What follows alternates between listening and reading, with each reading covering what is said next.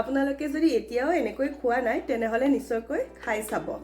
নমস্কাৰ প্ৰিয় অসমবাসী, মোৰ অন্য এটা ভিডিঅ'লৈ আপোনালোকক স্বাগতম জনাইছোঁ। পাপা ডিউটিলৈ গ'ল, মা আৰু মই পাকঘৰত কিবা কিবি বনোৱাত লাগি আছোঁ। আহকচোন চাওঁ কি বনাই আছোঁ। আমাৰ চলি আছে আয়োজন, বিহু বুলি নহয় কিন্তু এনেও বনোৱা যায়। তো মায়ে বনাই আছে সান্দহৰ তৈয়াৰী চলি আছে, সান্দহগুড়ি। আৰু ইফালে মই বনাম ঘিলা পিঠা। ইয়াতে চফৰ গুড়া আৰু তেল দিয়া আছে অলপমান, আৰু অলপমান নিমখ দিয়া আছে। লগতে এইফালে এইখিনি গুড় মিঠৈ এইখিনি লৈ লৈছোঁ। তো এতিয়া ইয়াত মই মখানি বনাম। আচলতে কি হয়, আমি সম্পূৰ্ণ গাঁও এৰিয়াটো নাই বা একেবাৰে টাউনীয়া এৰিয়াটো নাই। গতিকে আমাৰ এনেকৈ পিঠা পনা বনাবৰ কাৰণে ধৰক ঢেঁকী নাই বা কিছুমান প্ৰয়োজনীয় সঁজুলিও নাই। সেইবাবে হয়তো আমাৰ গেছতে বনাব লগা হৈ যায় কিছু ক্ষেত্ৰত। কিন্তু বিহু আহিলে কিন্তু আমাৰ আইতাহঁতে বহুত ধুনীয়াকৈ হেল্প কৰে, যিহেতুকে আইতাহঁত গাঁৱত থাকে। গতিকে সেনেকৈ আমাৰ ঘৰৰ ফেমিলি সকলোৱে হেল্প কৰি আমাৰ পিঠাখিনি বনোৱা যায়। ইয়াতে এতিয়া সান্দহ এনেকৈ বনাব লগা হৈছে, যিহেতুকে সুবিধা নাই। আই হোপ আপোনালোকে বুজি পাইছে সেইখিনি কথা। এয়া চাওক ইমান ধুনীয়াকৈ ৰঙা হৈ গৈছে এনে। এইকেইটা ৰেডি হৈ গৈছে ফাৰ্ষ্ট বেটছটো। ইয়াত মই এতিয়া উলিয়াই ল'ম। যিহেতুকে ঘৰৰ পৰা বাহিৰতেই পঢ়া শুনা কৰিছোঁ আৰু বাহিৰতে বেছিভাগ থকা গৈছে, গতিকে মোৰ পিঠা পনাবিলাক ইমান ভালদৰে শিকিব পৰা নাই। গতিকে এতিয়া ঘৰত অহাৰ সময়তে যি পাৰোঁ অলপ অলপকৈ মাৰ পৰা শিকি আছোঁ। বাৰু এয়া ঘৰতে কৰা সান্দহগুড়ি আৰু মই বনোৱা ঘিলা পিঠা হৈ গ'ল। তাৰপিছত আকৌ এয়া গৰম পানী অকণমানকে খাই লৈ এনেকৈ সন্মুখৰ বাৰাণ্ডাতে বহিলোঁগৈ। গাটো ইমান বেয়া আছিল, অকণমান ৰেষ্টৰো প্ৰয়োজন আছিলে। সেইকাৰণে এনেকৈ অকণমান ৰেষ্ট ল'লোঁ। আৰু তেনেতে আকৌ মায়ে ক'লে ব'লা নেমু চিঙোগৈ। তাকেই গ'লোগৈ নেমু চিঙিবলৈ। নেমু লাগি আছে পাপাই লগোৱা। ইমান ধুনীয়া পকিছে এইটো, পকিছে এইটো লৈয়ে যাওঁ দিয়া ন। এইটো লোৱা, ভাতৰ লগত খাব লাগিব। কালি পাপাই পকা দুটা লৈ গৈছিলে, সেইকেইটা মানা কৰিছে ন আমাক খাবৰ কাৰণে। বাৰু এইডাল গছ আপোনালোকে চিনি পায়নে? একেলগতে কৈ দিছোঁ আৰু আমাৰ কাৰ্বি আংলঙৰ মানুহখিনিয়ে বহুতখিনিয়ে জানে। মই যিহেতুকে তাত আছিলোঁ, তাৰ পৰা এইডাল গছ আনিছোঁ পাপাই। এই গছডাল হৈছে নেফাফু গছ। আৰু যদি জানে আপোনালোকে গম পায় কিহৰ কাৰণে লাগে। এইটো হাই প্ৰেছাৰৰ কাৰণে বহুত ভাল, বহুত ঔষধীয় গছ হয় এইটো। ক'লা নেমু চাওঁ, এইটো চোৱা বাপৰে ঘৰৰ নেমু।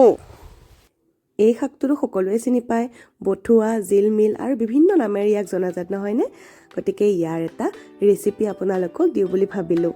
আপোনালোকে যদি খাই পাইছে নাজানো আৰু, কিন্তু এই বথুৱাৰ অকল শাক খোৱাৰ বাহিৰে ওপৰত যিকেইটা গুটি আছে ন, সেইকেইটা পুৰত হোৱাৰ পিছত তাৰে চৰচৰি খাই কিন্তু খুব ভাল লাগে। সেইকাৰণে মা আৰু মই ভাবিলোঁ যিহেতুকে পুৰত হৈছেই, গতিকে আমি চিঙি পেলাই আজি চৰচৰিকে খাওঁ। পিছে বথুৱা আকৌ মানে নলগালেও হৈ যায় ন, যিকোনো শাকৰ লগতেই যিকোনো আমি খেতি কৰিলে তাৰ লগত ই মানে ফ্ৰীতে হৈ যায়। গতিকে এক্সট্ৰাকৈ এই শাকটোও পোৱা যায় খাবলৈ। মই কিন্তু বথুৱা খাই খুব ভাল পাওঁ। আমি সৰুতে আলুৰ খেতিৰ পৰা বহুত বথুৱা ছিঙিছিলোঁ মামাহঁতৰ লগত। এয়া চাওকচোন, মায়ে নেমুটোও দেখুৱাইছেগৈ। এয়া চাওকচোন বথুৱাখিনি, এয়া ইমান ধুনীয়াকৈ গুটিখিনি হৈ গৈছে ন। আৰু এইখিনিক ধুনীয়াকৈ সৰিয়হৰ লগত চৰচৰি বনাই খালে খুব ভাল লাগে। যদি ট্ৰাই কৰা নাই তেনেহ'লে ট্ৰাই কৰি চাব দেই। চাওক ইমান টিকলিও ধুনীয়া আছে, এটা পানীলাও লাগি আছে। আৰু এইফালেও সৰু সৰু 5টামান লাগিছে বোলে হেৰিটো। আৰু এয়া ধুনীয়াকৈ লাগি আছে।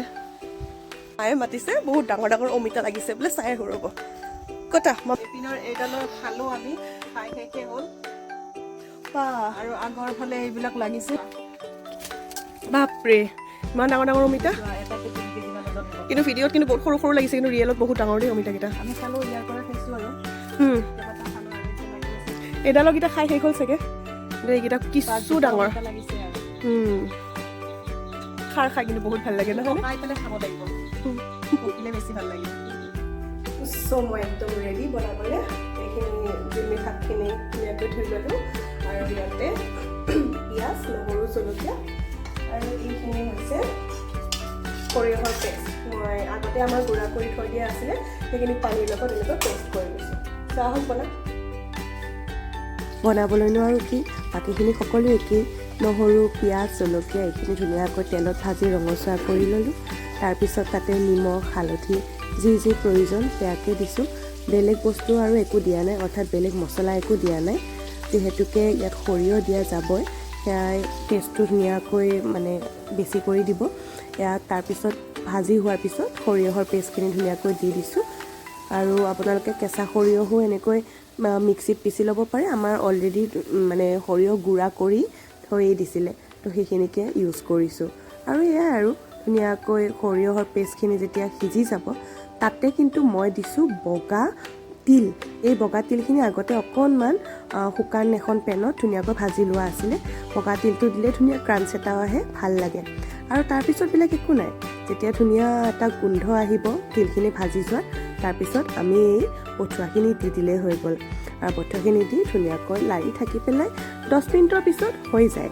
কিন্তু ক্ষমা কৰিব, আকৌ এটা কথা হ'ল যে কি, লাষ্টত যেতিয়া পানী দিলোঁ তাৰ পিছৰ মানে ভিডিঅ'খিনি মই বনোৱা বুলি ভাবিলোঁ, কিন্তু বনোৱাই নগ'ল। বিশেষ বাৰু একো নাই, পানীখিনি যেতিয়া ধুনীয়াকৈ নোহোৱা হৈ যাব, বথুৱাখিনি ৰেডি হৈ যায়। তথাপিও আপোনালোকক দিবলৈ নেপালোঁ, অলপ বেয়া লাগিল।